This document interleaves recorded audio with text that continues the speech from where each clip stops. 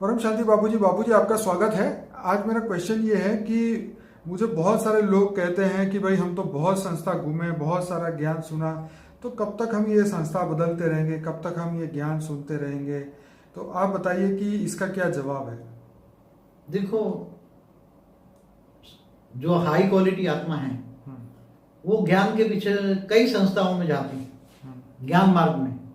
और वो उनका क्वेश्चन ये होता है कि ये सब कुछ कैसे बना, ये सितारे कैसे बने, ये धरती आकाश। और उसका अल्टीमेट क्वेश्चन तो ये होता है कि ये कब तक चलेगा, ये धरती, ये सब पाप, ये सब कब चलेगा। सब थक गई है ना आत्माएं, सब लोग थक गए, इसलिए थके गए हैं चारों ओर। ये सब लोग इतने धर्म मठ पंथ संप्रदाय इतने बन गए हैं, तो चारों ओर हाई क्वालिटी आत्मा किसी की कंठी नहीं धारण करती, किसी को गुरु नहीं बनाती। वो किसको, किसी वो सोचता है किसी के पास जाओ, कोई ये कह रहा है, कोई ये कह रहा है, कोई ये कहता है। कोई कहता है परमात्मा ने 6 दिन में मनुष्य बनाया, कोई ये बनाया, ये बनाया, सब उल्टा पुल्टा। सबका ज्ञान किसी से टैली नहीं होता। और गॉड, सबकी अपनी अपनी कहानियां हैं, सबकी कहानी। तो God is one, truth is one.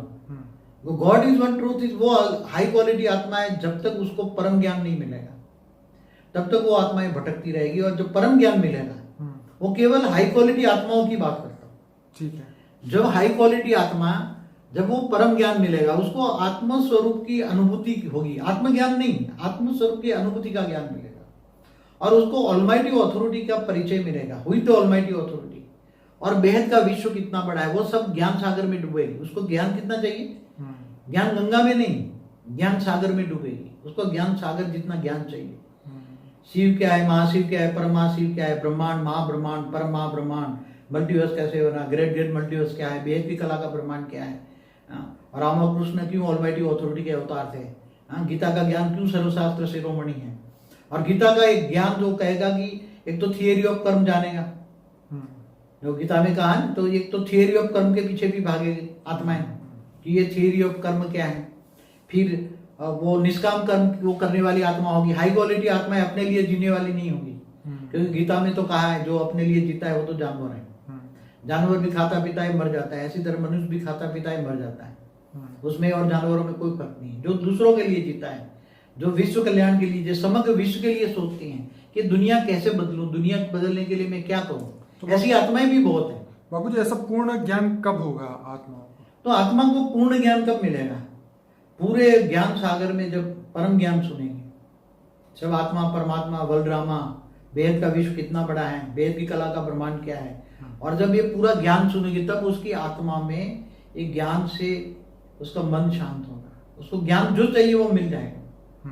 हमारे पास सारी आत्मा कई जगह पे, कई गुरु गोसाइयों के पास घूमकर आती हैं।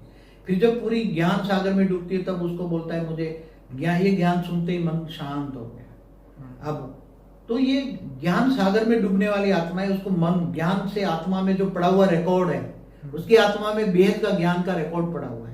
वो बेहद की आत्मा है, हाई क्वालिटी आत्मा है। उसके अंदर वो ज्ञान सुनते ही वो आत्मा में रिकॉर्ड इमर्ज हो जाएगा।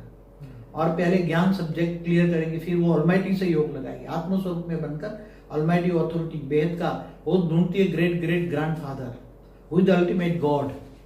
तो ये हर आत्मा की अपनी अपनी खोज है, हर आत्मा का अपना सभी की बात नहीं करता मैं, तो हाई क्वालिटी आत्मा की बात करता हूँ, बेहद की आत्माओं की बात करता हूँ। ठीक है। बाकी आम क्वालिटी जो ये है, इनके लिए ज्ञान नहीं होता। वो तो जहाँ बंदे हैं वो तो वहां अपने गुरु गोसाइयों के पास बंदे ही रहेंगे।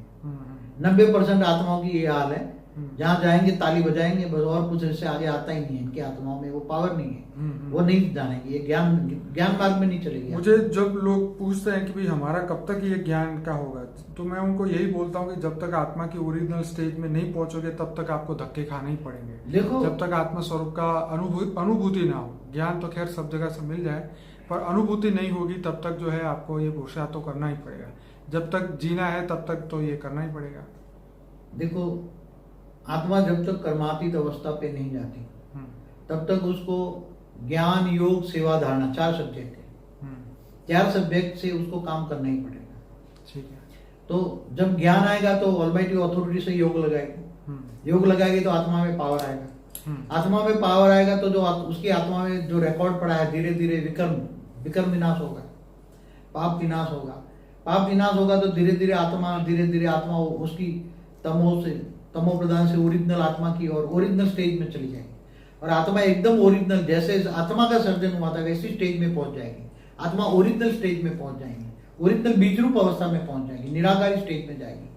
तो आत्मा साकारी से फिर आकारी स्वरूप का अनुभव करेगी। मैं लाइट की बॉडी में हूँ, लाइट स्वरूप में हूँ, और दिव्य आनंद स्वरूप, परमानंद स्वरूप में यहाँ मनुष्य अवतार में भी आनंद स्वरूप का अनुभव कर सकती है, क्योंकि उसको पूरा ज्ञान आ जाता है कि ये स्थूल जगत, सूक्ष्म जगत, कारण जगत, महाकारण जगत, अनंत कोटि ब्रह्मांड क्या है, सब ज्ञान आ जाता है। अग प्रलय, प्रलय, कल प्रलय, महाकल प्रलय, महाकाल प्रलय, महाशिव महाकाल बन के अनंत कोटि ब्रह्मांडों को अपने रोम रोम में कब समा लेते हैं। शिव भी सूर्य में प्रवेश करके कालअग्नि पैदा करके पूरे ब्रह्मांड को कब अपने अंदर समा लेते हैं, सब कुछ ज्ञान आ जाएगा।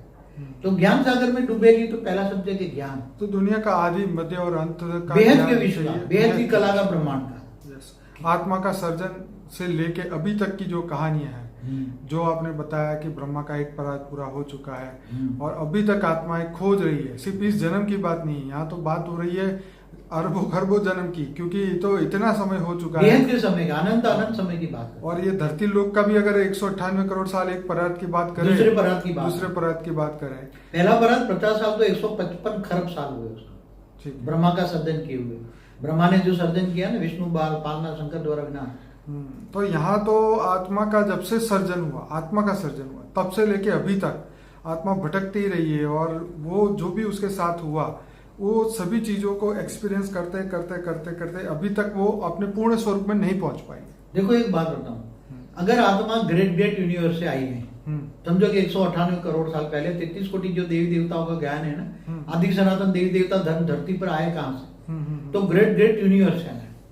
तो वो आत्माएं तो हाई क्वालिटी पावर है, तो केवल एक ब्रह्मांड के ज्ञान से तो वो तो संतुष्ट होगी नहीं। केवल मैं तो ये 33 कोटि देवताओं की बात करता हूँ। बेहद की आत्मा तो बहुत हाई क्वालिटी है, वो तो बहुत हाई क्वालिटी बेहद की आत्मा है। तो मगर 33 कोटि देवताओं की भी बात करता हूँ, तो वो तो ग्रेट ग्रेट यूनिवर्स से आए हैं। नो यूनिवर्स नहीं, ग्रेट ग्रेट यूनिवर्स माने कितनी हाई क्वालिटी। तो समझो कि वो तो 30-40 कला की आत्मा है, समझो। तो वो उसको तो एक कला, ये ब्रह्मांड जो है शिव की रचना है, तो वो तो चाहे 1 कला, 2 कला, 3 कला, 4 कला, 5 कला का ज्ञान है। एक ब्रह्मांड का ज्ञान है, एक ब्रह्मांड का ब्रह्मा विष्णु शिव शंकर का ज्ञान है। तो उसको तो वो नहीं चाहिए, उसकी आत्मा में तो रिकॉर्ड पड़ा है ग्रेट ग्रेट यूनिवर्स का, तो उसको तो मल्टीवर्स का ज्ञान कम पड़ जाएगा।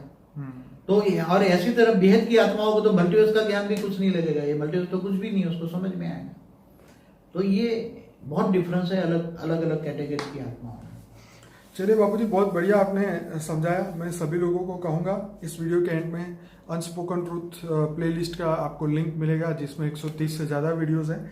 उस पर क्लिक करिए और अलग अलग वीडियो को आप देखते जाइए, और जरूर ही इस वीडियो को लाइक करें, शेयर करें, कमेंट करें, और सभी लोगों को व्हाट्सएप में ये फॉरवर्ड करें, ताकि ये ज्ञान जल्दी से जल्दी दुनिया तक पहुंच पाए। बापूजी, आपका बहुत धन्यवाद। परम शांति। परम शांति।